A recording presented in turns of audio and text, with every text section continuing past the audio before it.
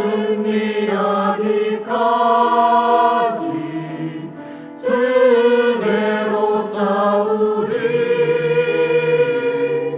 주의 용사된 나의 이의 몸에 주의 일 맡기소서.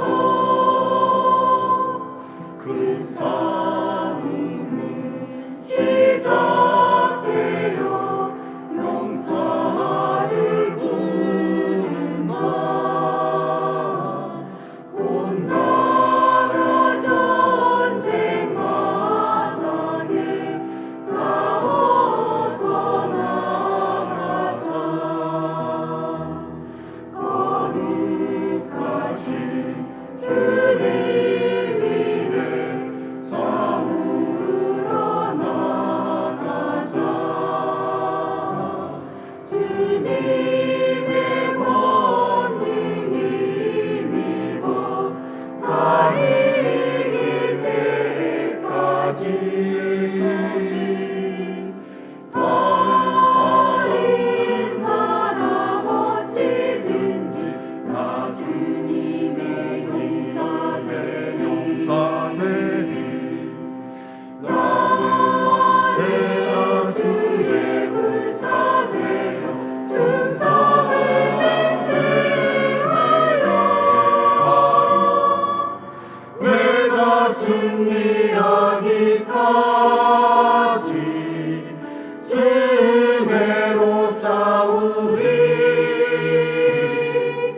주의 용사된 나의 이의 몸에 주의 일 맡기소서.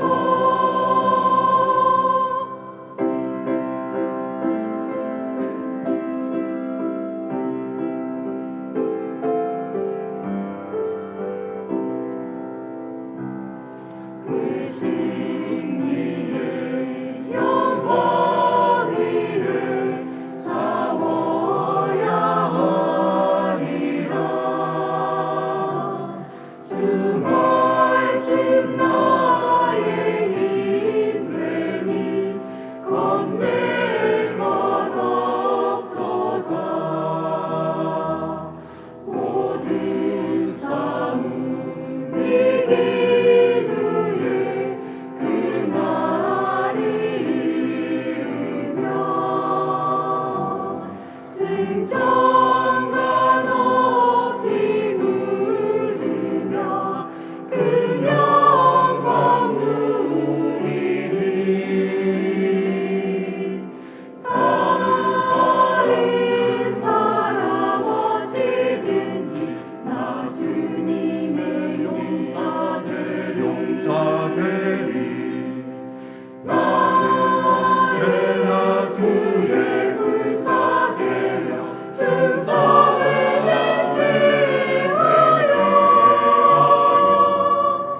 내가 승리하기까지 주대로 싸우리. 주의 용사된 나의 이의 몸에 주의 일 맡기소서.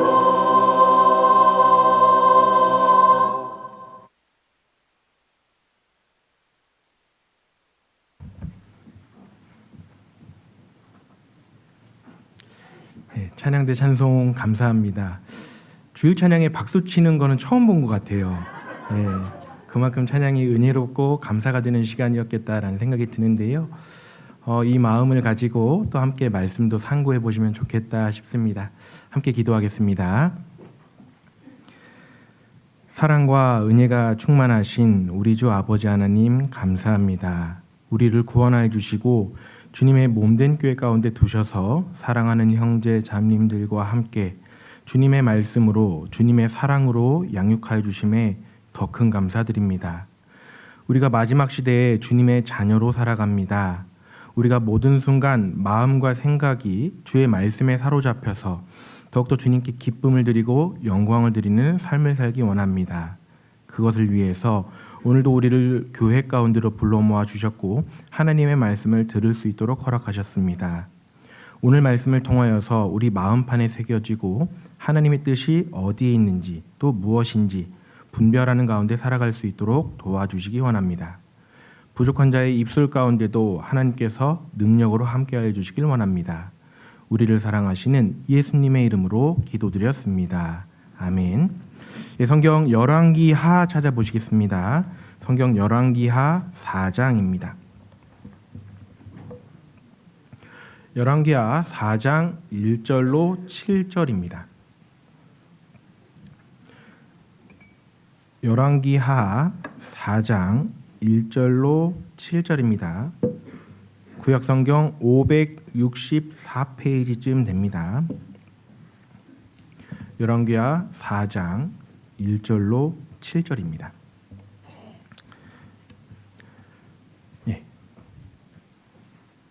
제가 홀수절을 읽고 우리 형제 자매님들께서 짝수절을 읽어주시고 마지막 절인 7절은 함께 읽도록 하겠습니다. 그러면 저부터 읽어드리도록 하겠습니다.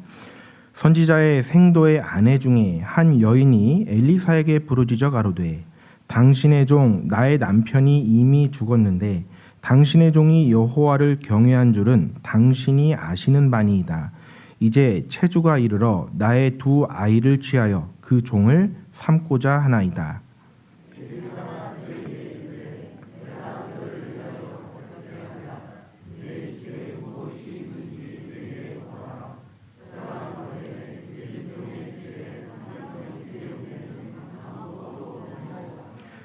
가로되 너는 밖에 나가서 모든 이웃에게 그릇을 빌라 빈 그릇을 빌되 조금 빌지 말고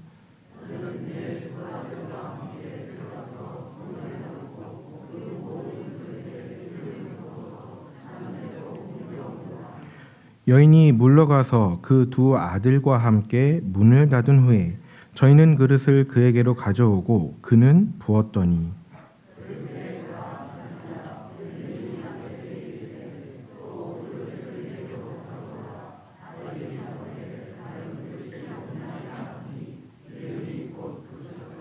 함께 읽어보시겠습니다.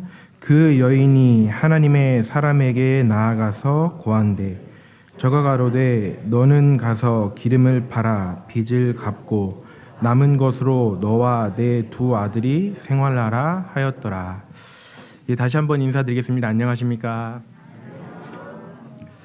저는 2000년 12월 24일에 구원받고 현재는 화순교회에서 교제하고 있는 이진 형제입니다.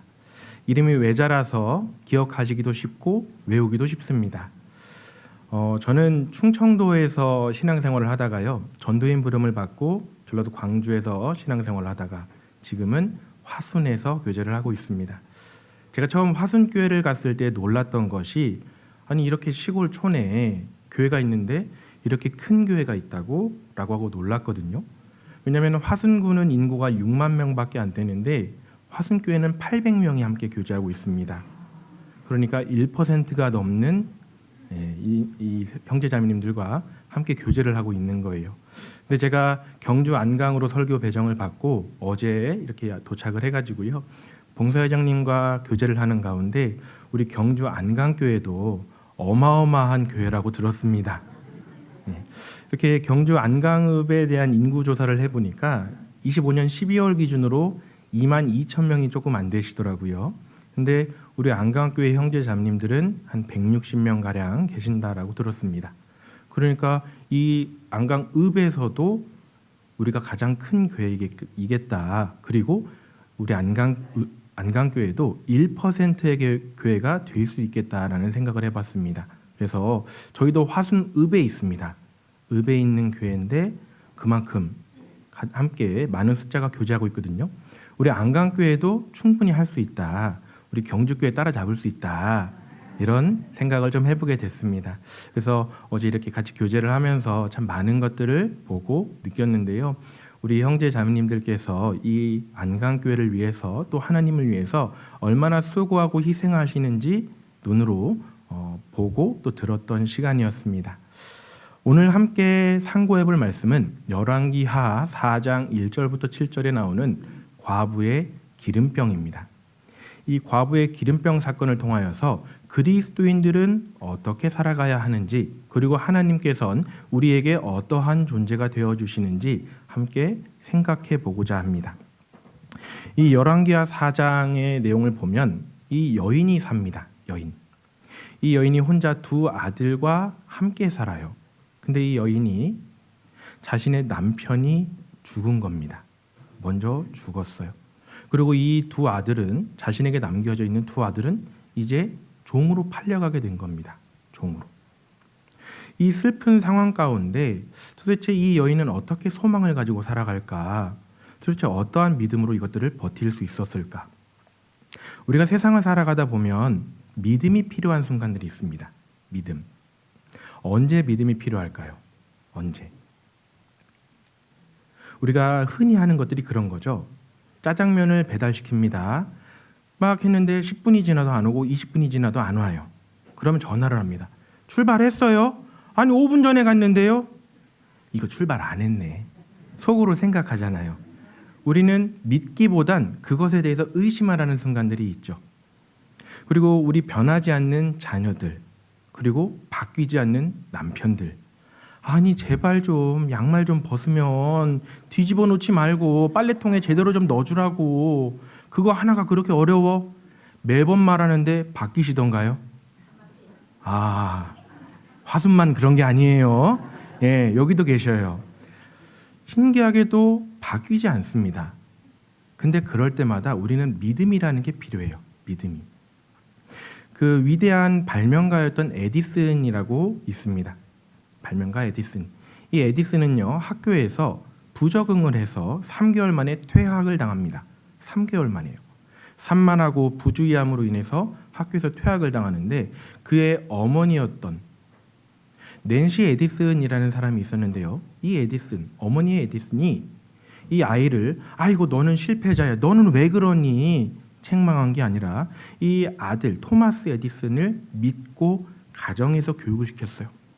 그 결과 이 에디슨은 정말 위대한 발명가가 되거든요. 그러니까 우리가 세상을 살아가다 보면 여러 가지 어려운 일들을 만나고 힘든 일을 만나지만 그 가운데 믿음이 필요한 순간들이 있다라는 겁니다. 세상 사람들은요, 하나의 일을 보고 하나의 사건을 보고 하나의 상황을 보고 일희일비합니다. 금방 기뻐하다가 금방 슬퍼해요. 근데 우리는요, 구원받은 그리스도인입니다. 그리스도인이라는 이름이 뭐냐면 그리스도가 주인 되어 주시는 사람, 그리스도가 함께 해 주시는 사람이라는 뜻이에요. 그래서 우리가 살아가는 삶을 뭐라고 말하냐면 신앙생활이라고 합니다. 신앙생활. 근데 이 신앙생활의 의미를 생각해 보신 적 있으세요? 신앙생활. 도대체 어떠한 삶이 신앙생활일까? 신앙이라는 단어는 한자어죠. 믿을 신자에 발할 앙, 우러를 앙자를 씁니다. 그러니까 내가 하나님을 믿고 하나님을 의지하고 하나님을 우러르고 바라는 가운데 살아가는 삶이 신앙생활이에요. 근데 세상에서 있다 보면 하나님에 대해서 의지하고 하나님의 뜻을 기다리는 모습들을 보여주기보다는 세상 사람들은 하나님을 모르니까 단순히 일어나는 사건으로 선택과 결정을 하죠. 근데 우리는 우리에게 일어나는 일이 무엇인가 바라보고 그 가운데 하나님의 뜻을 찾고 기다려야 되는 사람들이다라는 겁니다. 그것이 신앙생활이거든요. 특별히 이 과부를 통해서 우리의 신앙생활은 어떠한 모습으로 살아가야 하는가 함께 생각해 보도록 하겠습니다. 열왕기하 4장 1절을 보시면요. 4장 1절. 선지자의 생도의 아내 중에 한 여인이 엘리사에게 부르짖어 가로되.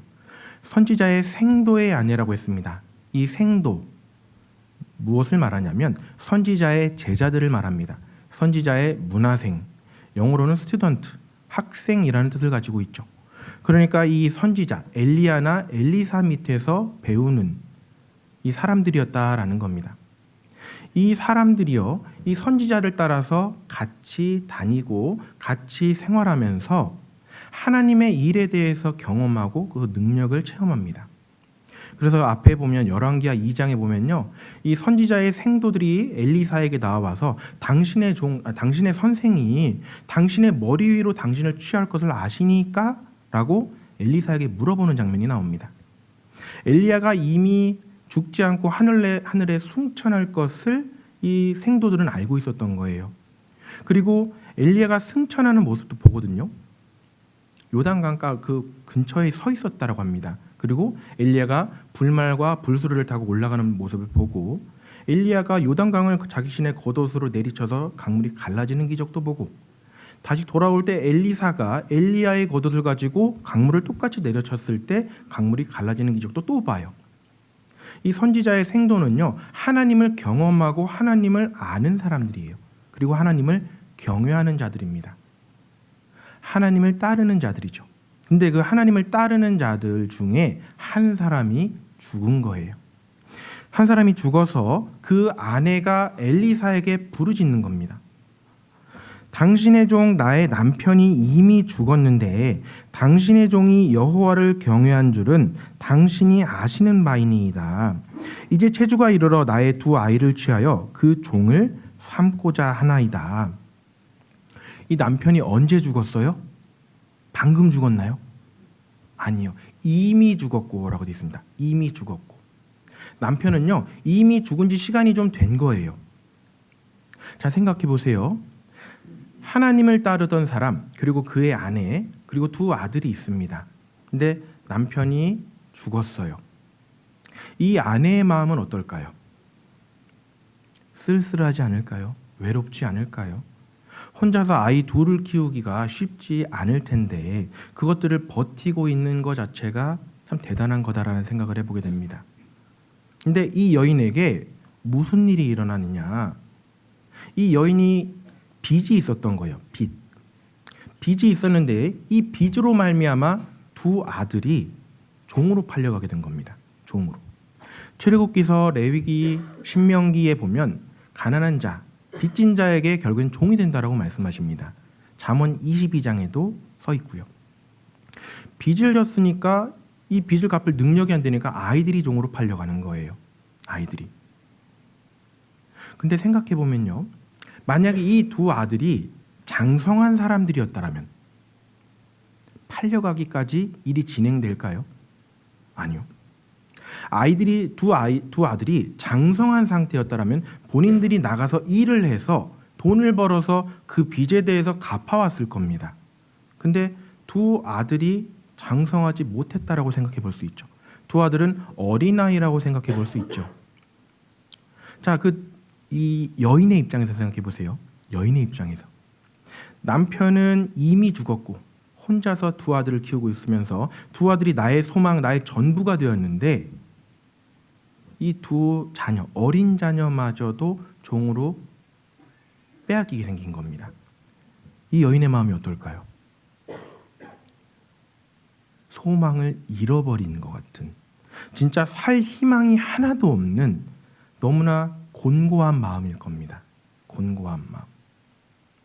이때 이 여인이요, 엘리사를 만나서 엘리사에게 부르짖어 가로되라고 말합니다. 부르짖는다, 간청하다, 간구하다라는 뜻이에요. 엘리사에게 간구합니다. 그러자 엘리사가 이 여인에게 말하죠. 2절에 보시면 엘리사가 저에게 이르되 내가 너를 위하여 어떻게 하랴? 어떻게 하랴? 내가 널 위해서 뭘 해줄까? 라고 엘리사가 물어보면서 너희 집에 무엇이 있느냐라고 물어봐요. 근데 여인이 뭐라고 말하냐면 한 병 기름 외에는 없나이다 라고 말합니다. 한 병 기름. 이 한 병 기름밖에 없다라는 거예요. 사실은 있는 거 다 팔아서 빚 갚는 데 쓰고 두 아들을 키우는 데 썼죠. 그러니까 집에 남은 게 아무것도 없는 겁니다. 가산이 아무것도 없어요. 그러니까 이 여인은 힘든 가운데 있죠. 힘든 가운데. 근데 거기서 엘리사가 뭐라고 말씀하시느냐? 3절 가로되 너는 밖에 나가서 모든 이웃에게 그릇을 빌라. 빈 그릇을 빌되 조금 빌지 말고 너는 내 두 아들과 함께 들어가서 문을 닫고 그 모든 그릇에 기름을 부어서 차는 대로 옮겨놓으라. 예, 이제 엘리사가 말하는 겁니다. 너는 나가서 모든 이웃에게 빈 그릇을 빌려와라. 내 친한 사람만이에요? 모든 사람이에요? 모든 사람이요. 우리 옆집 사람, 내 앞집 사람, 나와 관계가 좋은 사람, 나에게 호의를 베풀어 주는 사람이 아니라 모든 사람에게 빈 그릇을 빌려오래요. 그리고 그 기름을 그릇에 부으라고 하십니다. 그리고 이 여인이요, 그대로 순종하죠. 문을 닫고 두 아들과 기름을 부어요. 5절부터 보시면 여인이 물러가서 그 두 아들과 함께 문을 닫은 후에 저희는 그릇을 그에게로 가져오고 그는 부었더니 그릇에 다 찬지라. 여인이 아들에게 이르되 또 그릇을 내게로 가져오라. 아들이 가로되 다른 그릇이 없나이다 하니 기름이 곧 그쳤더라. 예, 문을 닫고 두 아들과 함께 그 기름을 그릇에 부자 계속해서 그릇에 가득 차는 겁니다. 기름이 한 병 기름 해봤자 얼마나 될까요? 요즘 기름병 보시면 소주병 많이 쓰시잖아요. 기름병 그 작잖아요. 진짜 술 많이 드셨던 분들은 그 소주병 한 잔이 소주잔 몇 잔 나오는지까지도 외우고 계시더라고요. 예, 맞아요. 그렇게 나오잖아요. 그렇게 진짜 작은 양입니다. 작은 양. 그러니까 한 병 기름이 얼마나 조금이었을까.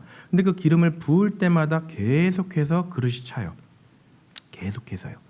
그리고 빌려온 그릇이 없어지니까 다 차니까 그제서야 기름이 멈췄습니다. 이 마태복음 14장 15장에 보면 오병이어의 기적과 칠병이어의 기적이 나오죠. 오병이어의 기적을 통해서 5,000명이 먹어요. 5,000명. 보리떡 5개와 물고기 2마리. 근데 마태복음 15장에 나오는 칠병이어의 기적을 가지고는 4,000명이 먹어요. 그 이상이죠, 사실은. 그 이상. 생각했을 때는 아니 보리떡 5개와 물고기 2마리가 뭐 얼마나 대단할까 싶은데 나누어 주니까 계속 나오는 거예요. 마찬가지로 이 여인 또한요. 이 기름병에서 계속 부으니까 계속 나와요. 계속. 그리고 이걸 가지고 빚을 갚고 두 아들과 함께 살 수 있도록 해주셨다라는 거죠. 살 수 있도록. 사실은 너무나 간단한 얘기고 너무나 잘 아는 내용이지만 이걸 통해서 우리가 교훈받을 수 있는 점들이 있다라는 거예요. 한 3가지 정도를 생각해 볼 수 있는데요. 첫 번째는 이 여인이 누구한테 간구했는가, 누구한테 간청했는가를 생각해 볼 필요가 있죠. 4장 1절 보시면요. 선지자의 생도의 아내 중에 한 여인이 엘리사에게 부르짖어 가로되. 누구한테 부르짖었어요? 엘리사요. 엘리사. 엘리사는 누구의 사람이라고 말하냐면 하나님의 사람이라고 말해요. 하나님의 사람. 근데 이 여인의 상황은 생각해 볼 필요가 있습니다. 시대적인 배경은 엘리야나 엘리사 선지자는 북이스라엘에서 활동했던 선지자예요. 북이스라엘. 근데 북이스라엘은 19명의 왕이 있었거든요. 하나님을 섬기는 선한 왕이 한 명이라도 있었을까요? 있었을까요? 없었습니다. 없었어요. 오히려 초대 왕이었던 여로보암이 단과 베델에 우상을 만들어 놨잖아요. 금송아지를 만들어 놓고 레위 사람들이 아닌 일반 사람들로 거기에 제사장을 삼고 제사를 지내게 했습니다. 그래서 이 당시의 문화나 풍습이 뭐였냐면 하나님의 사람에게 나와서 뜻을 구하고 물어보는 것이 아니라 우상 앞에 나아가서 아무 사람한테나 물어보는 거예요. 그리고 그대로 받아서 그 뜻대로 살아가는 거였거든요. 근데 이 여인은요, 그러지 않았어요. 시대적 분위기나 문화를 따라가지 않았어요. 그리고 하나님의 뜻을 기다립니다. 이걸로 보아 이 선지자의 생도의 아내, 이 가정은 하나님을 섬기고 하나님을 경외하는 가정이었다라는 걸 알 수 있어요. 이 여인 또한요, 하나님께 믿음이 있었던 사람이다라는 거예요. 우리가 생각해 볼 수 있는 것은 그리스도인에게 우연이라는 것은 있을까요? 우연. 와, 나 이번에 진짜 시험 잘 봤어. 운이 너무 좋았어. 3번으로 찍었는데 그게 맞았단 말이야. 나 이번에 평균이 80점이 넘었어. 와, 나 이번에 운이 너무 좋아. 운일까요? 운일까요? 아니에요. 그리스도인들에게 우연이라는 건 없어요. 잘 될 때도 하나님께서 도와주신 거고, 안 될 때도 하나님께서 도와주신 거, 하나님께서 인도하신 거, 하나님께서 뜻하신 것이 있다라는 생각을 할 필요가 있죠. 근데 우리 삶 가운데 있다 보면요, 그런 것들을 잊고 못 볼 때가 있어요. 못 볼 때가. 근데 구원받은 그리스도인들은 신앙생활을 하는 사람들입니다. 신앙생활. 믿고 바라면서 하나님의 뜻을 찾아가는 사람들인 거죠. 기다리는 거예요. 내가 먼저 내 삶의 주인이 되는 것이 아니라 하나님께서 내 삶 가운데 이 사건과 이 상황과 이 환경을 통해서 무엇을 원하시는 거지? 확인해 볼 필요가 있다는 거죠.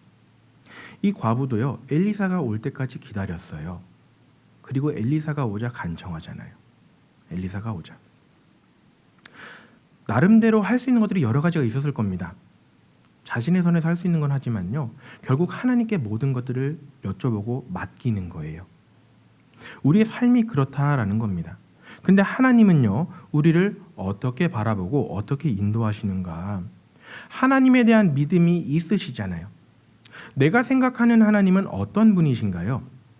우리가 생각하는 하나님. 나를 단순히 구원받게만 하시는 분이 하나님이신가요? 죄 가운데서 지옥 가지 않도록 도와주시는 분만 하나님인가요? 하나님이 그 역할만 있을까요? 아니죠. 우리가 구원받고 신앙생활을 하는 모든 것이 하나님의 인도하심이 있고 하나님이 함께해 주신다라고 약속하셨잖아요. 잘 아시는 말씀 욥기 23장을 찾아볼 텐데요. 열왕기하 4장은 줄로 넣어 놓으시고 욥기 23장 10절입니다.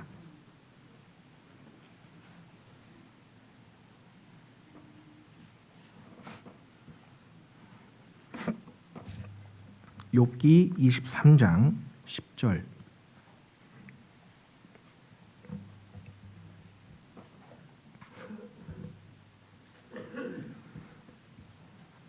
네, 구약성경 784페이지쯤 됩니다. 욥기 23장 10절. 찾으셨으면 함께 읽어보시도록 하겠습니다. 나의 가는 길을 오직 그가 아시나니 그가 나를 단련하신 후에는 내가 정금같이 나오리라. 나의 가는 길을 누가 아셔요? 누가 아시죠? 하나님이 아셔요. 나의 가는 길을 오직 그가 아시나니. 나는 몰라요. 나는 내게 주어진 상황 가운데 최선을 다하는 겁니다. 최선을 다하는 거예요. 하나님이 나를 인도하신다라는 분명한 믿음이 있어야 된다라는 거죠. 이 여인은 믿음을 가지고 기다리는 거예요. 믿음을 가지고. 잠언 16장도 찾아보시겠습니다. 잠언 16장.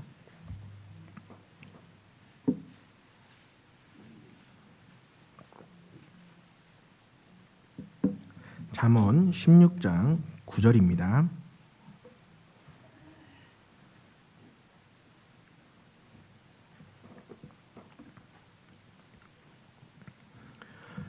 잠언 16장 9절, 이 구절도 함께 읽어보시도록 하겠습니다. 사람이 마음으로 자기의 길을 계획할지라도 그 걸음을 인도하는 자는 여호와시니라. 예, 사람이 마음으로 자기의 길을 계획할지라도 그 걸음 인도하시는 분은 누구시라고요? 여호와, 하나님이시다라는 거죠. 하나님은 우리의 길을 다 아시고 하나님이 인도해주고 계셔요. 그렇다면 내가 해야 되는 건 뭐죠? 내가 해야 되는 건. 네, 맞습니다.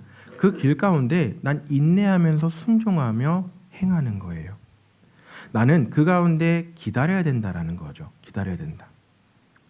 디모데전서 6장에 보면요. 디모데전서 6장에 보면 우리가 우리 주 예수 그리스도의 말씀과 경건에 관한 교훈에 창념치 아니하면이라고 해서 말씀을 가까이 하지 않고 하나님과의 관계가 틀어졌을 때 일어나는 안 좋은 폐해들이 나오거든요. 근데 그 폐해들이 디모데전서 6장 4절부터 일어나는 일들인데 그 사건들을 쭉 정리해서 보면 결국에 내 삶의 주인이 하나님이 되시는 게 아니라 내가 돼요. 내가 돼요. 그래서 나 스스로 이것저것 많이 합니다. 스스로 결정하고 스스로 결단하고 스스로 행해요. 근데 실은 우리의 주인은 누구시냐? 하나님이시거든요. 우리의 삶을 누가 인도하시냐? 하나님이시거든요. 근데 내가 자칫하다가 내 삶의 주인이 나라고 생각하고 내 마음대로 행해요. 근데 이 여인은 그러지 않았어요. 하나님의 뜻을 기다렸고 하나님을 바랐어요. 바랬죠. 하나님께서 뜻이 분명히 나에게 있으실 거다. 내가 그 가운데 하나님의 뜻이 무엇인지 알아야겠다. 그리고 인내하면서 기다린 거죠. 우리는 하나님을 올바른 눈으로 바라볼 필요가 있어요. 올바른 눈으로. 근데 하나님은 육신의 눈으로 보이시는 분인가요? 안 보이셔요. 하나님은 어떤 눈으로 바라봐야 되냐면 마음의 눈으로 봐야 됩니다. 마음의 눈. 혹시 마음 눈이 있다라는 거 아셔요? 마음 눈. 들어보신 적 있으세요? 예. 에베소서 1장 한번 보시겠습니다. 에베소서 1장.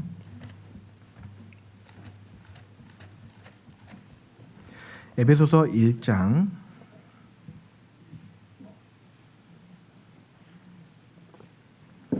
17절로 19절입니다. 에베소서 1장 17절로 19절 제가 천천히 읽어드리도록 하겠습니다. 우리 주 예수 그리스도의 하나님 영광의 아버지께서 지혜와 계시의 정신을 너희에게 주사 하나님을 알게 하시고 너희 마음 눈을 밝히사 그의 부르심의 소망이 무엇이며 성도 안에서 그 기업의 영광의 풍성이 무엇이며 그의 힘의 강력으로 역사하심을 따라 믿는 우리에게 베푸신 능력의 지극히 크심이 어떤 것을 너희로 알게 하시기를 구하노라. 마음 눈이 있어요, 없어요? 있어요. 이 마음 눈을 통해서 내가 하나님에 대해서 정확히 바라보게 되는데 이 마음 눈을 통해서 보는 하나님, 어떤 하나님을 보는 거냐? 부르심의 소망이 있는 하나님, 기업의 영광의 풍성이 있는 하나님, 그리고 19절에 있는 우리에게 베푸신 능력의 지극히 크심을 보여주시는 하나님. 그 하나님들을 그 하나님을 우리의 마음 눈을 통해서 보게 하신다라는 거죠. 마음 눈을 통해서. 하나님이 나에게 어떤 분이신가? 내가 말씀을 통하고 교제를 통해서요. 계속해서 깨달아갑니다. 계속해서 깨달아가요. 그 하나님은 나에게 어떠한 분이신가? 나를 그냥 고난 가운데 고아와 같이 버려두시는 것이 아니라 나를 계속해서 챙기시는 분, 나를 계속해서 사랑하시는 분, 끝까지 책임지시는 분이시잖아요. 시편 17편에도요. 나를 눈동자같이 지키시며라는 말씀이 있어요. 근데 왜 눈동자같이 지키신다고 하셨을까요? 눈동자. 혹시 파리가 내 눈앞으로 쉥 하고 날아오면 눈 안 깜빡이실 수 있는 분 있으세요? 한번 해보셔요. 슝 해보셔요. 네, 안 깜빡이실 수도 있어요. 내가 하는 건. 근데 파리나 이런 것들이 오면요. 눈을 깜빡입니다. 왜 깜빡이느냐? 우리 눈이 그만큼 소중하니까요. 보호체계가 되어 있는 거예요. 외부에서 어려움이 오면 눈동자를 가려서, 눈을 가려서 보호할 수 있도록 하는 게 우리 이 눈꺼풀입니다. 눈 위에 이 살들이죠. 그러니까 하나님은 눈동자같이 나를 지키신다. 그리고 사물이 왔다 갔다 하면 내 눈동자로 지켜보면서 고개를 돌려요, 안 돌려요? 그냥 가만히 있으면서 눈만 돌려도 돼요. 이렇게 저 오른쪽에 계시는 형제님부터 왼쪽에 계시는 형제님까지 눈동자만 굴려도 볼 수 있거든요. 마찬가지로 하나님은 내가 어디로 가든지 무슨 일을 하든지 계속해서 지켜보신다라는 겁니다. 관심이 있으시고 지켜보신다. 그리고 나를 보호하신다라는 거죠. 하나님이 우리를 잊으실까요? 절대 안 잊으셔요. 이사야 49장에 보면 하나님이 내 이름을 자신의 손바닥에 새겼다라고 써 있습니다. 여인이 어찌 그 젖먹는 자식을 잊겠으며 라고 하시지만 혹시나 여인은 잊을지라도 나는 너희를 잊지 아니하겠고 라고 하시면서 너희의 이름을 내 손바닥에 새겼다라고 말씀하셔요. 이사야 49장 5절 6절에 보면요. 하나님이 잊지 않으려고 손바닥에 내 이름을 쓰셨대요. 초등학교 때, 국민학교 때 보면 숙제나 준비물 있으면 어디다 써요? 어디다 써요? 네, 공책에 써야 맞는 겁니다. 실제로는 공책에 써야 돼요. 알림장에 써야 돼요. 근데 우리가 공책이 없을 땐 어디서 쓰냐면 손등이나 손바닥에 써요. 왜 손등이나 손바닥에 쓰냐면요, 가장 쉽게 볼 수 있거든요. 가장 편하게 볼 수 있거든요. 언제든지 내 눈앞에 있거든요. 하나님은 우리를 잊지 아니하시려고 자신의 손바닥에 새기셨어요. 근데 쓰셨다라고 표현하신 게 아니죠. 새겼다라고 표현했어요. 새긴다라는 의미는 그 안에 살이 깎이고 패어나가다라는 뜻을 가지고 있는 거예요. 하나님은 내 이름을 새기고 나를 기억하시기 위해서 자신이 희생을 하셨다라는 걸 생각해 볼 필요가 있죠. 그래서 우리 교회를 뭐라고 말하냐면 사도행전 20장 28절에 하나님이 자기 피로 사신 교회다라고 되어 있습니다. 자기 피. 하나님이 희생하셨다라는 거예요. 희생하셨다. 하나님은요, 우리를 잊지 않으셔요. 절대 잊지 않으셔요. 그리고 계속해서 보호하신다라는 겁니다. 여인은, 이 과부는 이 믿음이 있었죠. 하나님은 나를 고아와 같이 버려두지 아니하셔. 하나님은 나에게 분명히 선을 보여주실 거야. 이 여인은요, 분명한 믿음이 있었던 사람이다라는 거예요. 우리도 신앙생활 하시다 보면 여러 가지 어려운 순간들이 오죠. 여러 가지 고난들, 시련들, 마음이 곤고할 때 없으세요? 우리 안강교회는 다 평강 가운데 거하시나 봐요. 신앙생활 하다 보면요, 또 사회생활 하다 보면요, 어려울 때 너무나 많습니다. 힘들 때 많아요. 왜 나에게 이런 일이 있을까? 왜 나에게 이런 일이 나타나지? 생각해 보잖아요. 근데 그 모든 순간요, 우리는 하나님하고 연결해서 생각해 볼 필요가 있다는 겁니다. 하나님과 연결해서. 잠언 3장 6절에 보면 너는 범사의 글을 인정하라. 그리하면 내 길을 지도하시리라 라고 말씀하시거든요. 범사입니다. 범사. 모든 일에 하나님과 연결시키고 인정해라. 내가 기쁠 때에도 하나님과 연결해야 되고, 내가 슬프고 내가 힘들 때에도 하나님과 연결해야 되는 거예요. 나에게 왜 이런 일이 있지? 왜 하나님께서 나에게 이런 많은 축복을 주셨을까? 하나님 나에게 바라시는 게 뭐지? 계속 생각해 봐야죠. 우리는 하나님의 뜻이 무엇인지 알아봐야 되잖아요. 범사의 글을 인정하는 게 중요한 거예요. 범사의 모든 순간을 하나님과 연결시켜 보세요. 그러면 감당할 수 있어요. 감내할 수 있고 그 가운데 기다릴 수 있어요. 하나님과 연결되면요. 다윗이 그랬거든요. 다윗. 잘 아시는 인물인 다윗. 다윗이요, 사울에게 쫓겨서 있을 때 블레셋의 피신해서 살 때가 있었습니다. 블레셋 그 아기스 왕 있을 때 피해서 살거든요. 그래서 이 블레셋 왕이요, 시글락이라는 지역을 다윗에게 주어요. 그리고 그 가운데 살게 해요. 근데 마침 블레셋이 이스라엘과 전쟁을 앞두고 있습니다. 그래서 블레셋에 속해 있던 다윗이요, 블레셋 편에 나가서 싸우려고 막 나가요. 준비를 하고 다 나갔습니다. 전쟁터에까지 갔어요. 근데 블레셋 사람들이요, 그 블레셋 왕한테 그러는 거예요. 저 다윗은 사울의 신복이 아니니까? 저가 마음을 돌이켜서 우리를 배신해서 우리를 칼로 치면 어떻게 하려고 왕이셔 그러십니까? 다윗을 돌려보내세요. 돌려보내세요. 그 장면이 사무엘상 29장에 나오거든요. 그래서 다윗이 분한 마음을 가지고 시글락으로 돌아옵니다. 근데 그 시글락에서 무슨 일이 있느냐? 아말렉이 쳐들어와서 자신의 가족들을 다 잡아가요. 시글락을 완전 폐허로 만들어놨어요. 사무엘상 30장도 보시겠습니다. 사무엘상 30장.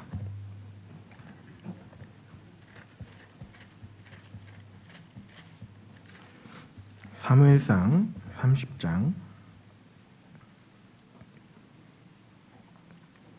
1절부터입니다. 사무엘상 30장 1절부터 제가 천천히 읽어드리도록 하겠습니다. 사무엘상 30장 1절부터 다윗과 그의 사람들이 제3일에 시글락에 이를 때에 아말렉 사람들이 이미 남방과 시글락을 침노하였는데 그들이 시글락을 쳐서 불사르고 거기 있는 대소 여인들을 하나도 죽이지 아니하고 다 사로잡아 끌고 자기 길을 갔더라. 다윗과 그의 사람들이 성에 이르러 본즉 성이 불탔고 자기의 아내와 자녀들이 사로잡혔는지라. 다윗과 그와 함께한 백성이 울 기력이 없도록 소리를 높여 울었더라. 다윗의 두 아내 이스라엘 여인 아히노암과 갈멜 사람 나발의 아내 되었던 아비가일도 사로잡혔더라. 백성이 각기 자녀들을 위하여 마음이 슬퍼서 다윗을 돌로 치자 하니 다윗이 크게 군급하였으나, 그 뒤는 같이 읽겠습니다. 그 하나님 여호와를 힘입고 용기를 얻었더라. 지금 상황이 어떠냐면요, 다윗과 함께한 그 장수들이 돌아왔는데 자신의 가족들이 다 사로잡혀간 거예요. 그리고 다 불타서 없어진 거예요. 소리를 높여서 더 이상 울 힘이 없을 만큼 울었죠. 근데 다윗도 슬프지만요, 이 백성들, 이 장군들은요, 함께하는 용사들은요, 자신의 모든 것이 빼앗겼다라고 생각하고 다윗을 돌을 들어서 치려고 했어요. 돌을 들어서. 다윗이 마음이 어땠을까요? 죽음 앞에 있는 겁니다. 절체절명의 위기예요. 다윗도 그 상황 가운데 어떻게 했다라고 되어 있냐면 크게 군급하였으나, 군급했다. 마음이 어렵고 힘들고 곤고하다라는 뜻이에요. 다윗도 그 상황을 가지고는 잠깐 고민하고 근심했는데 그 뒤가 아주 신기한 말씀이 나옵니다. 뭐라고 써 있냐면 그 하나님 여호와를 힘입고 용기를 얻었더라. 하나님이 나타나셨다는 말이 있어요? 하나님이 뭘 해주셨다라는 말이 있어요? 없어요. 없어요. 근데 다윗이 어떻게, 방금 전에는 궁급했는데 어떻게 이렇게 힘입고 용기를 얻을 수 있을까요? 어떻게? 다윗은요, 이 상황 가운데에도 하나님을 연결시킨 거예요. 하나님이 나를 보호하시고 나를 인도하고 계시는데 내가 이런 상황 가운데 그냥 놓여 있지 않겠다. 하나님 분명히 나를 구원해 주실 것이다. 이 믿음이 있었던 거죠. 우리가 다윗의 가치관, 다윗의 마음을 엿볼 수 있는 구절이 어디냐면 시편 31편 15절입니다. 다윗이 뭐라고 말하냐면 내 시대가 주의 손에 있사오니라고 말해요. 내 시대가, 내 모든 삶이 하나님 앞에, 하나님 손 안에 있습니다라는 거예요. 하나님 손 안에. 다윗은 이것을 계속해서 품고 있었고 그랬기에 현재의 상황과 고난과 여러 가지 어려움들이 문제가 되지 않을 수 있었던 거예요. 그래서 이 돌로 맞아서 죽을 수 있는 상황 가운데에도 내가 힘을 얻고 용기를 얻을 수 있는 거예요. 그리고 다윗이 실제로요, 이 뒤에 8절 보시면요, 8절 보시면 하나님께 여쭤봅니다. 다윗이 여호와께 묻자와 가로되 내가 이 군대를 쫓아가면 미치겠나이까? 여호와께서 대답하시되 쫓아가라. 내가 반드시 미치고 정령 도로 찾으리라. 다윗이 하나님 앞에 원망하고 낙심하고 포기할 것 같은 상황임에도 불구하고 다윗은 하나님을 신뢰함으로, 하나님을 의지함으로 다시 하나님께 여쭤봐요. 하나님, 왜 나에게 이런 상황 주십니까? 나 못하겠습니다. 이게 아니라 다윗은 하나님으로 말미암아 다시 힘을 삼고 다시 여쭤보잖아요. 그리고 실제로 따라가서요, 다 찾아옵니다. 다 찾아와요. 근데 다 찾아오는데 거기다 플러스로 뭘 더 찾아오냐면요, 20절 보시면 20절은 함께, 사무엘상 30장 20절 함께 읽어보시도록 하겠습니다. 또 양떼와 소떼를 다 탈취하니 가로되 이는 다윗의 탈취한 것이라 하였더라. 예, 뭐까지도 가져오냐면 소떼와 양떼까지도 가져와요. 소떼와 양떼. 이 아말렉 사람들이 가져간 것은 여인들과 그의 가족들이었거든요. 데려간 것은. 근데 소떼와 양떼, 이 아말렉 사람들이 가지고 있던 소떼와 양떼까지도 탈취해 왔습니다. 도로 가져왔다라는 말이 아니죠. 탈취해 왔다라고 돼 있어요. 하나님을 신뢰했을 때 하나님은 더욱더 큰 복으로 함께 하신다라는 걸 생각해 볼 수 있죠.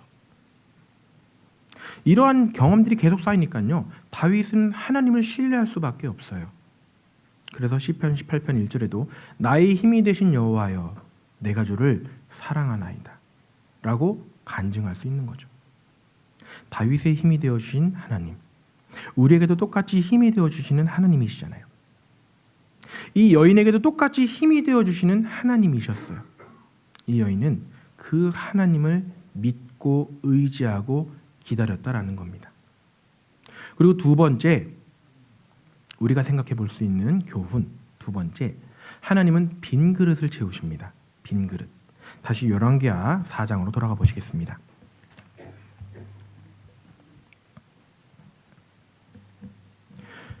열왕기하 4장 3절, 가로되 너는 밖에 나가서 모든 이웃에게 그릇을 빌라 빈 그릇을 빌되 조금 빌지 말고 너는 내 두 아들과 함께 들어가서 문을 닫고 그 모든 그릇에 기름을 부어서 차는 대로 옮겨 놓으라. 여인이 물러가서 그 두 아들과 함께 문을 닫은 후에 저희는 그릇을 그에게로 가져오고 그는 부었더니 그릇에 다 찬지라. 빈 그릇을 가져왔는데 다 찼습니다. 이 빈 그릇은요, 여러 가지 의미가 있어요. 나의 부족함도 될 수 있고 나의 어려움, 고난, 시련이 될 수도 있고요. 그리고 텅 비었던, 공허했던 나의 마음도 될 수 있고요. 그리고 나의 인생도 될 수 있습니다. 이 빈 그릇, 우리 삶 가운데에서도요, 사실은 내가 하나님을 만나기 전에 나의 인생을 생각해 보세요. 하나님의 사랑을 깨닫기 전에 나의 인생 어떠한 삶이었는가? 아무것도 없었던 삶이에요. 아무것도 없었던 삶. 그래서 디모데전서 찾아보시면요, 디모데전서 6장 7절입니다.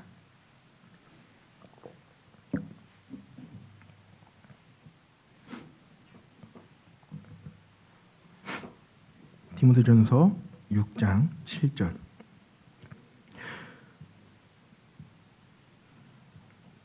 우리가 세상에 아무것도 가지고 온 것이 없음에 또한 아무것도 가지고 가지 못하리니.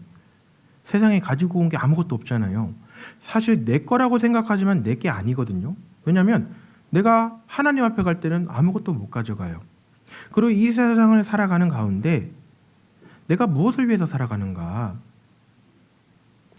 하나님을 만나고 하나님을 깨닫기 전에 우리의 삶을 생각해 보세요. 어떠셨어요? 어떠셨어요? 네, 황망하고 공허합니다.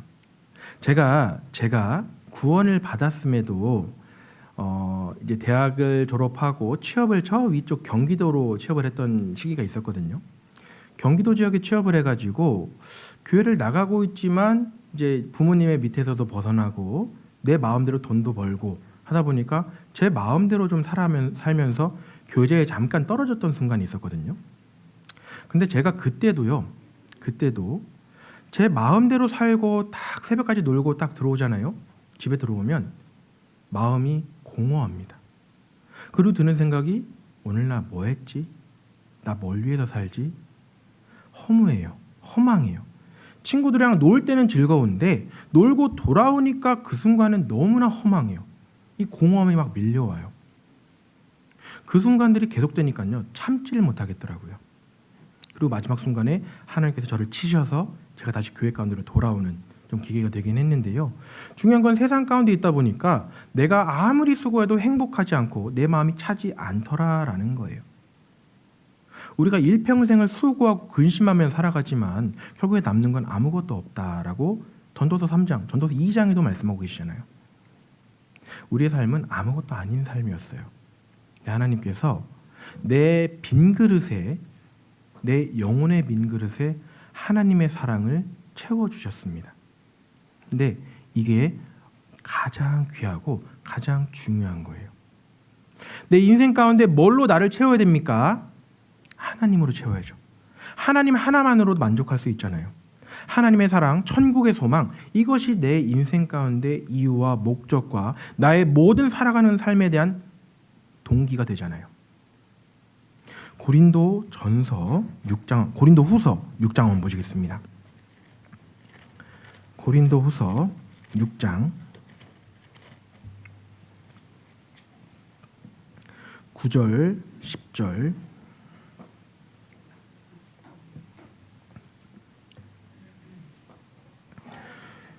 고린도 후서 6장 9절 10절 찾으셨으면 함께 읽어보시도록 하겠습니다. 무명한 자 같으나 유명한 자요, 죽은 자 같으나 보라 우리가 살고 징계를 받는 자 같으나 죽임을 당하지 아니하고, 근심하는 자 같으나 항상 기뻐하고 많은 사람을 부유하게 하고, 아무것도 없는 자 같으나 모든 것을 가진 자로다. 아무것도 없는 자 같으나 우리 어떤 사람이라고요? 뭘 가졌어요? 모든 것이요. 모든 것을 가진 자. 내가 집이 없어서, 차가 없어서, 좋은 직장이 없어서 이게 아니라요. 돈이 많지 않아서 이게 아니라요. 하나님 한 분만으로 우린 모든 것을 가진 자다라는 것을 인정할 필요가 있다라는 거죠. 하나님 한 분만으로. 아무것도 없는 자 같으나 모든 것을 가진 자로다. 천지를 창조한 신, 그 신께서 나와 함께 하시고 나를 저 영원한 천국에 보내주시는 그 확실한 소망이 있는 사람, 내가 모든 것을 가진 자잖아요. 나는 이거 하나만으로 행복할 수 있어야 됩니다. 그래서 신명기 33장에도 이스라엘아 너는 행복자로다 분명히 말씀하시잖아요. 행복자. 하나님의 구원을 받은 자 너는 행복자다라고 말씀하시는 거예요. 내 영혼의 빈 그릇에 하나님은요 사랑으로 채워주셔서 천국의 소망을 주셨어요. 영혼의 빈 그릇에요. 하나님은요 빈 그릇을 채우십니다. 빈 그릇을. 영혼의 빈 그릇을 채우실 뿐만 아니라 능력의 빈 그릇도 채우셔요. 능력의 빈 그릇. 에베소서 3장도 보시겠습니다. 에베소서 3장 20절입니다.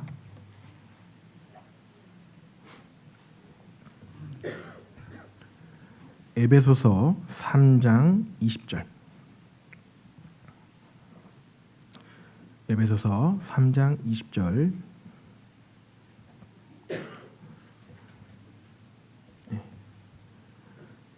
찾으셨으면 에베소서 3장 20절 신약성경 313페이지쯤 됩니다. 에베소서 3장 20절 찾으셨으면 함께 읽어보시도록 하겠습니다. 우리 가운데서 역사하시는 능력대로 우리의 온갖 구하는 것이나 생각하는 것에 더 넘치도록 능히 하실 이에게. 생각하는 것보다 구하는 것보다 더 넘치도록 주시는 분이 누구시냐면 하나님이셔요. 하나님. 내가 어떤 봉사를 하고 어떤 일을 할 때 또 하나님의 뜻 가운데 살아갈 때 나는 안 돼. 나는 아직 이 정도밖에 안 되잖아. 나는 아직 이 성경을 잘 모르니까 전도하기 어려워. 성경을 더 잘 알고 내 신앙이 좀 다져져야 전도할 수 있지. 한마디라도 권할 수 있지. 근데 여기 뭐라고 써 있습니까?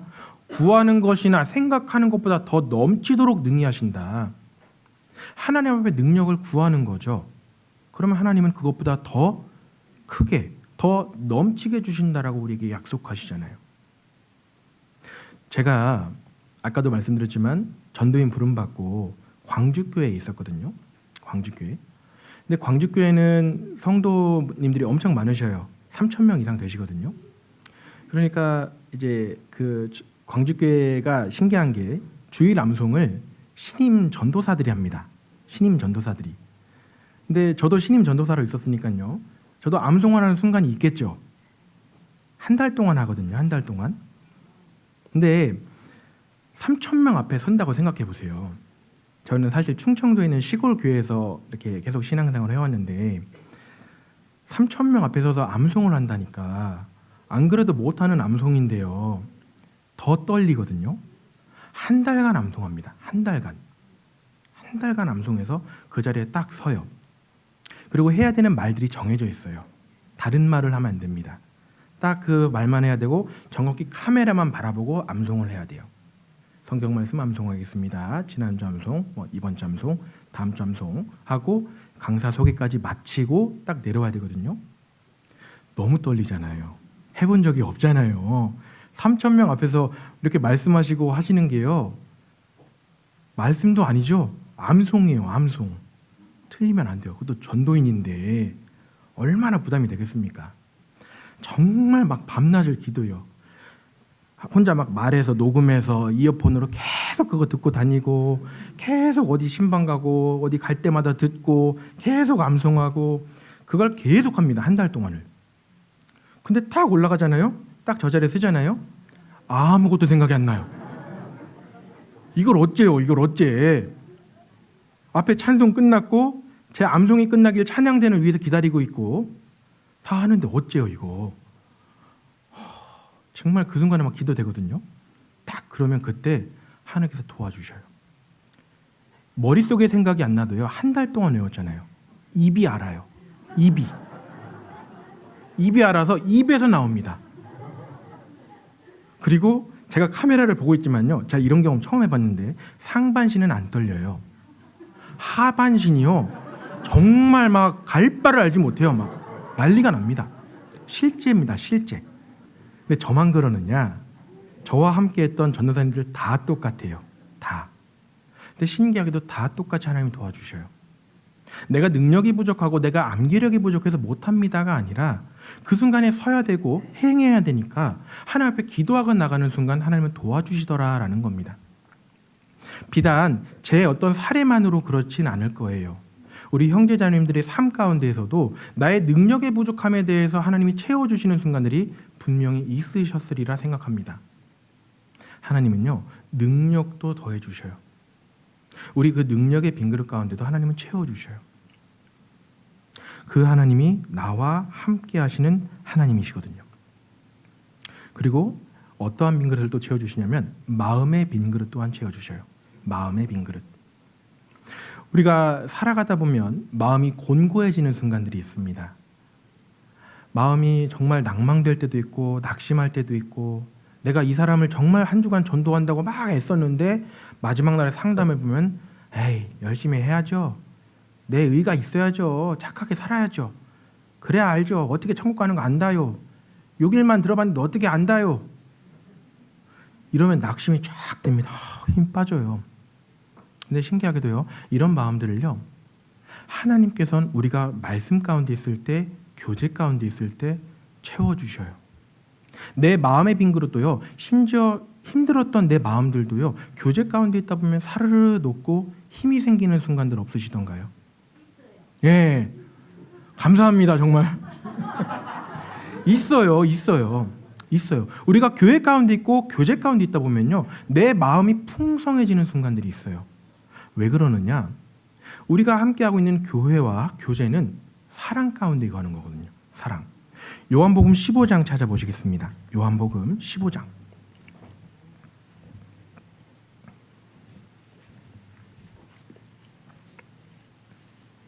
요한복음 15장 9절입니다.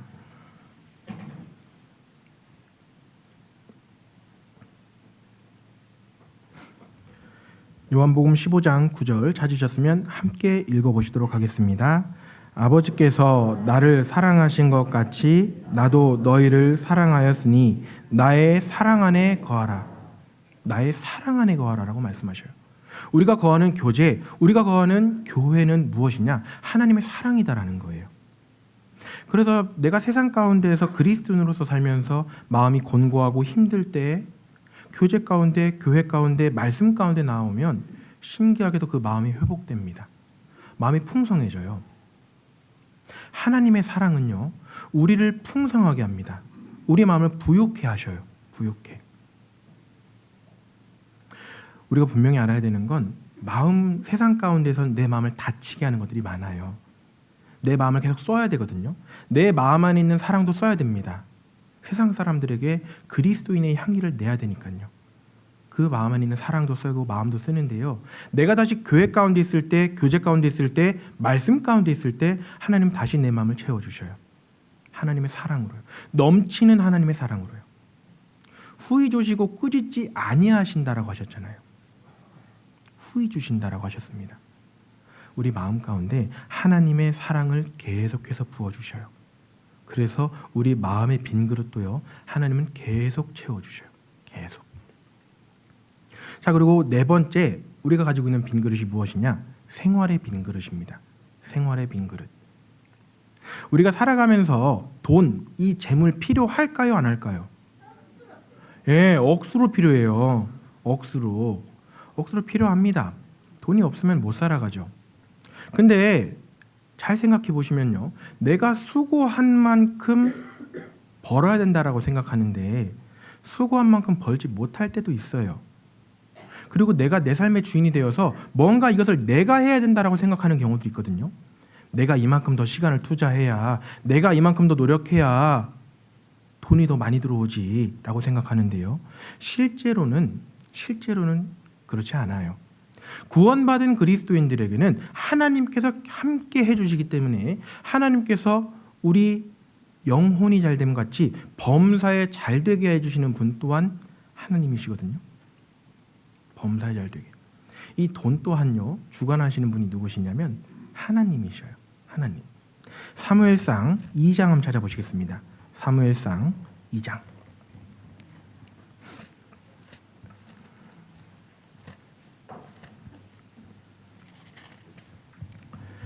7절입니다.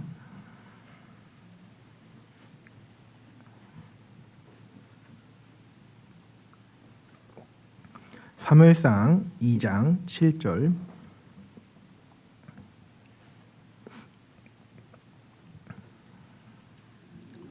사무엘상 2장 7절 찾으셨으면 함께 읽어보시도록 하겠습니다.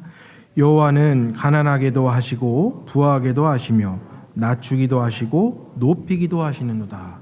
예, 하나님은 가난하게도 하시고 부하게도 하신다. 낮추기도 하시고 높이기도 하신다. 모든 것이 누구에게 달려 있는 거예요? 하나님께 달려 있는 겁니다. 하나님께요. 우리는 그것을 인정할 필요가 있어요. 인정할 필요가. 누가복음 5장에 보면요. 누가복음 5장에 보면 예수님께서 시몬과 안드레를 부르시는 장면이 나옵니다. 근데 시몬과 안드레는요, 어부입니다. 어부. 예수님께서 처음 이 제자들을 부르시는 장면인데요. 신기하게도 이 어부가, 시몬과 안드레가 그물을 내려서 물고기를 잡는데 밤이 맞도록 수고를 해도 못 잡아요. 우리가 생각할 때는 내가 수고한 만큼, 내가 노력한 만큼 벌고 잡아야 되거든요. 근데 못 잡아요. 그리고 그 아침에 예수님께서 그 앞에 나아가셔서 시몬의 배를 타고 나가서 말씀을 하시고 시몬에게 이르시죠.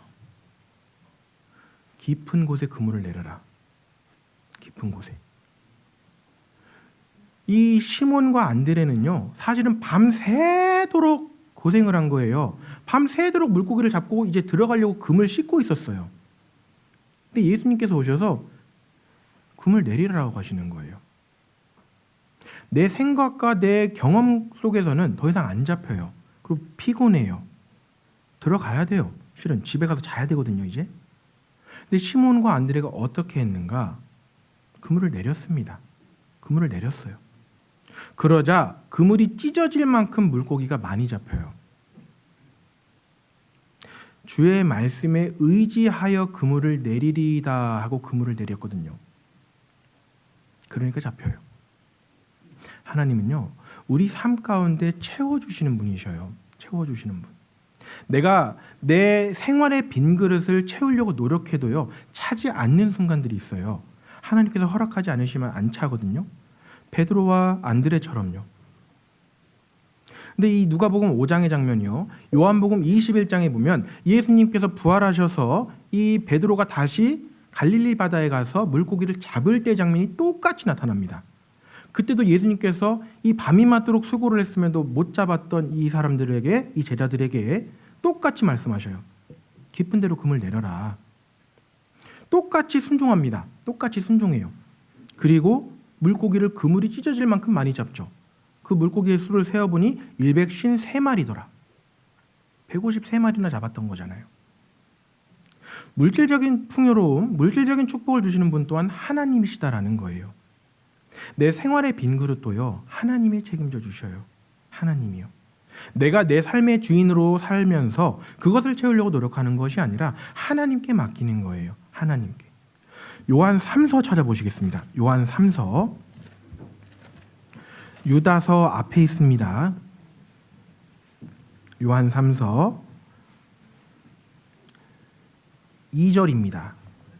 요한 3서 2절. 요한 3서 2절.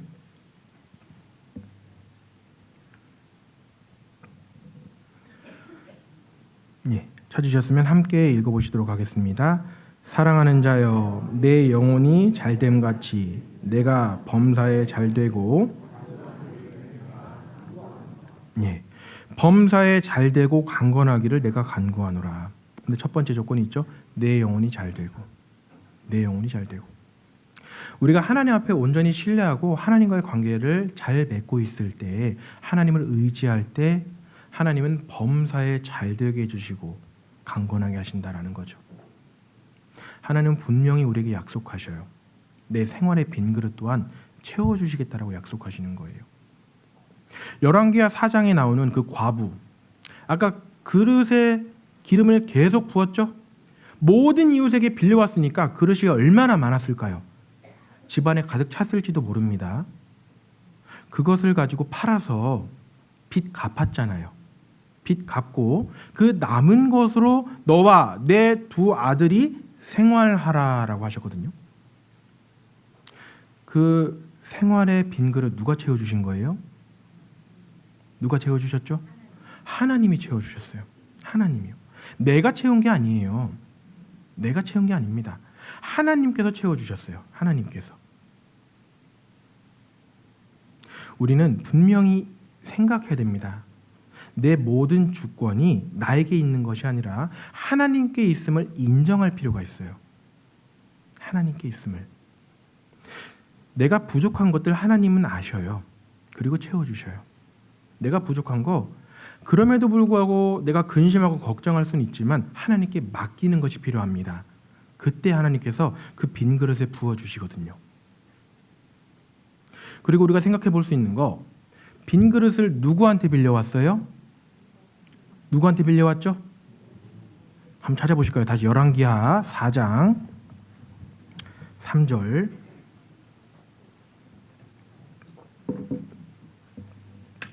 열왕기하 4장 3절.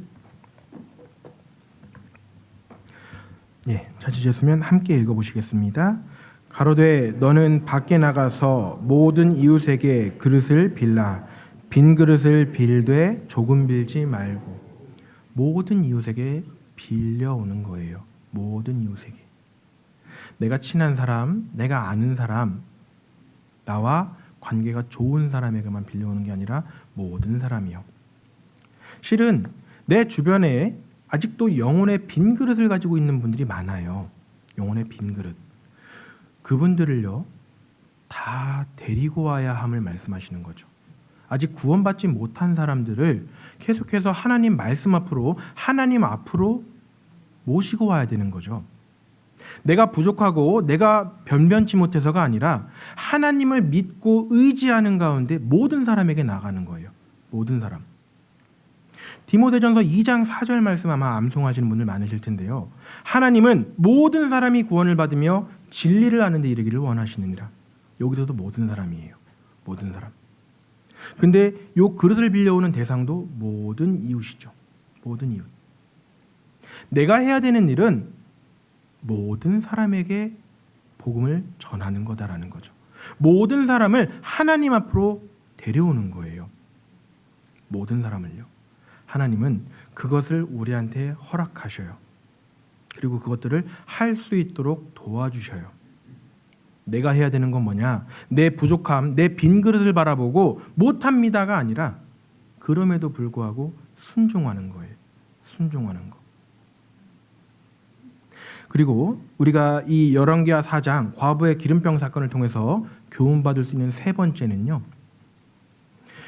이 두 아들에게 엄마, 이 여인이요, 믿음을 보여줍니다. 이 믿음은 두 아들에게 유전된다라는 거예요. 두 아들에게. 왜냐면요, 아까도 읽었지만 하나님께서 엘리사 선지자를 통해서 너는 문을 닫고 두 아들과 함께 그릇에 기름을 담으라라고 하셨거든요. 근데 왜 두 아들과 함께 하라고 하셨을까요? 왜? 왜 두 아들과 함께 해야죠? 빨리 하려고요? 조금 덜 힘들게 하려고요? 생각해 보세요. 이제는 아들의 입장에서 생각해 보세요. 아들의 입장에서. 우리 아빠가 하나님을 경외하는 사람이었어요.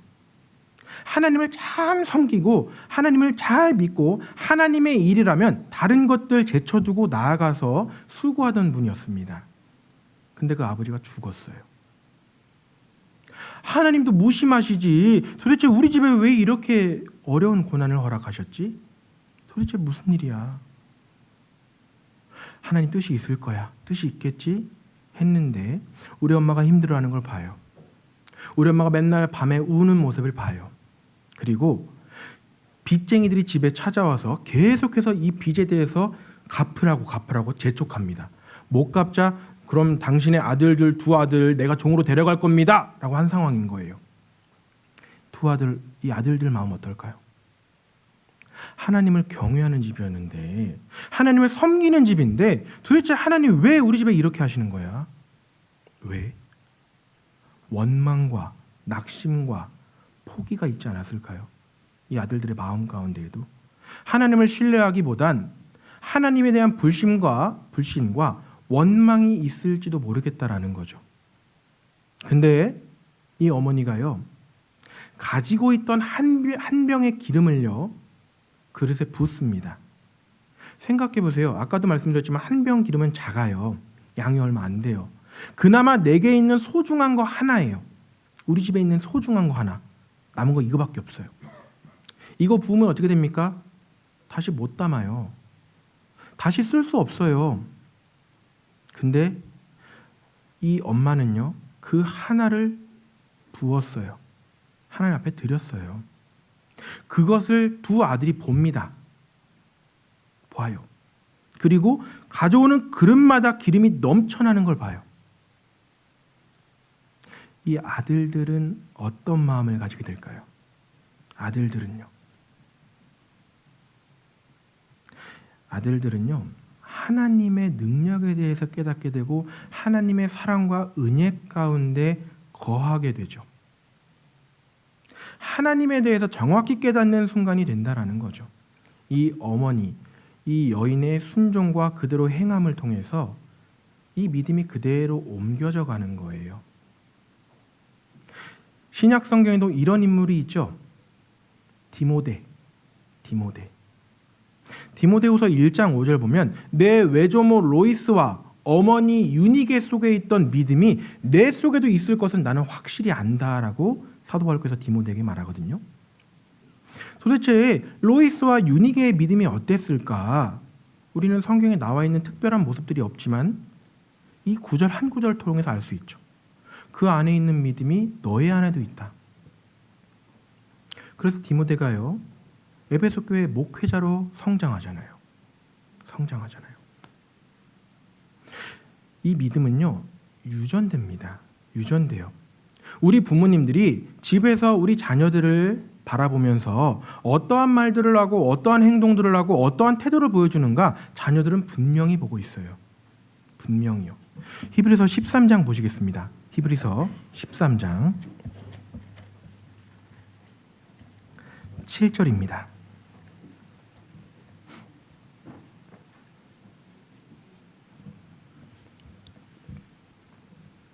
히브리서 13장 7절.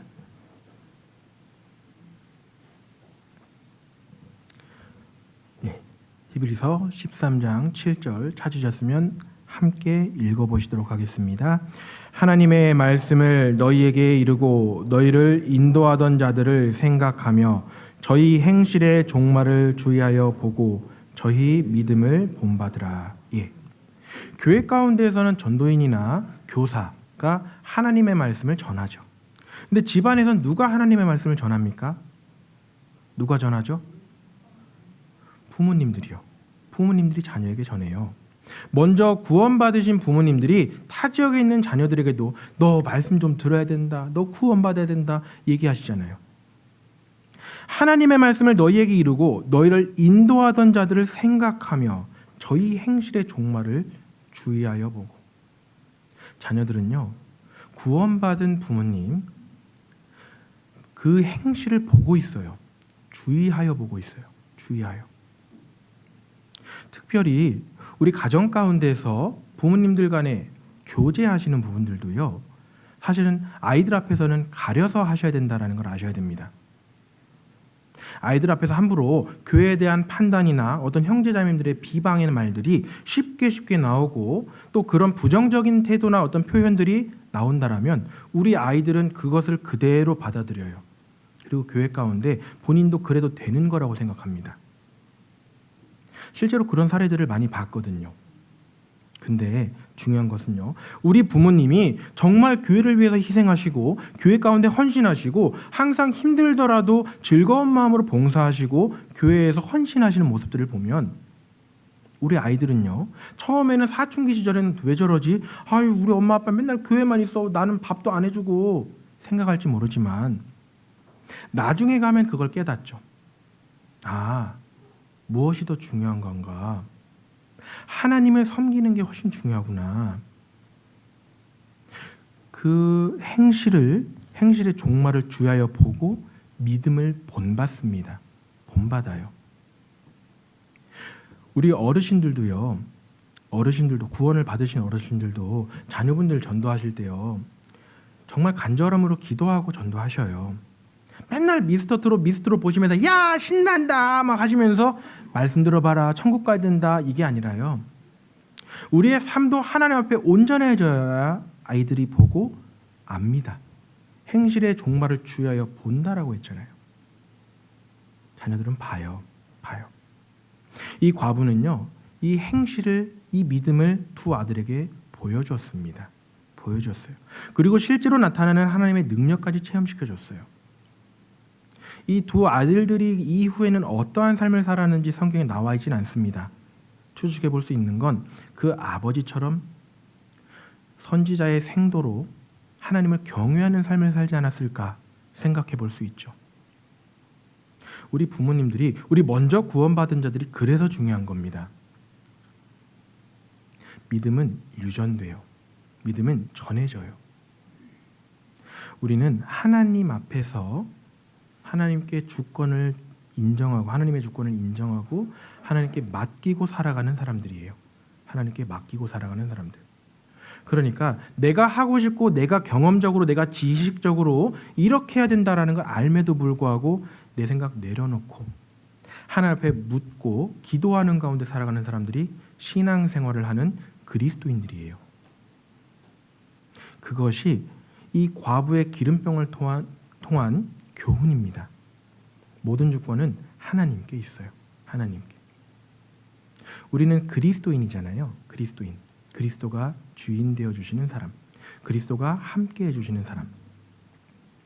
단지 하나님과 예수 그리스도가 나를 위해서 십자가에서 필려서 죽어주셔서 나를 천국에 갈 수 있도록 만들어주신 것뿐만 아니라 나를 끝까지 책임져 주시는 분이라는 그 믿음이 필요합니다. 마지막으로 성경 한 구절 스바냐서 찾고 마치겠습니다. 스바냐서 3장입니다. 스바냐서 3장 17절입니다.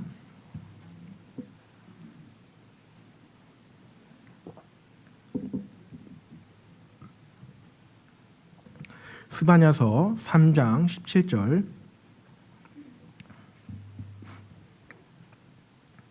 구약성경 1308페이지쯤 됩니다. 스바냐서 3장 17절. 찾으셨으면 함께 읽어보시도록 하겠습니다. 너의 하나님 여호와가 너의 가운데 계시니 그는 구원을 베푸실 전능자시라. 그가 너로 인하여 기쁨을 이기지 못하여 하시며 너를 잠잠히 사랑하시며 너로 인하여 즐거이 부르며 기뻐하시리라 하리라. 예. 너의 하나님 여호와가 어디 가운데 계셔요? 우리 가운데예요? 너의 가운데예요? 너의 가운데. 너의 하나님 여호와가 너의 가운데 계신다. 나와 함께 하신다라는 거예요. 나와 함께 하시고 그는 구원을 베푸실 전능자다. 여기서 말하는 구원은요, 단순히 죄 가운데서 구원만 말하는 게 아니라 우리가 살아가면서 겪는 모든 어려운 일, 시련들, 고난들 그 가운데에서 구원을 말씀하셔요. 구원자. 우리는 그 하나님을 믿고 살아가는 겁니다. 그래서 우리 안강교회도 1월, 2월 달에 일정이 엄청 많으시더라고요. 또 그렇다면 많은 형제자매들의 기도와 헌신과 희생이 필요하다라는 겁니다. 개인의 일정들도 바쁘시고 참 어려우시겠지만요. 하나님 앞에 먼저 드려보시고 하나님 앞에 먼저 행해보셔요. 그러면 하나님께서 더욱더 풍성하게 우리 가운데 역사하실 겁니다. 그래서 우리 안강교회가 정말 이 안강읍에서 1% 하나님 앞에서 1%를 드릴 수 있는 교회가 되기를 함께 기도하겠습니다. 기도하고 마치겠습니다. 사랑과 은혜가 충만하신 우리 주 아버지 하나님 감사합니다. 오늘도 주일을 맞아서 함께 하나님의 말씀을 상고하며 배울 수 있도록 허락하여 주심에 감사를 드립니다.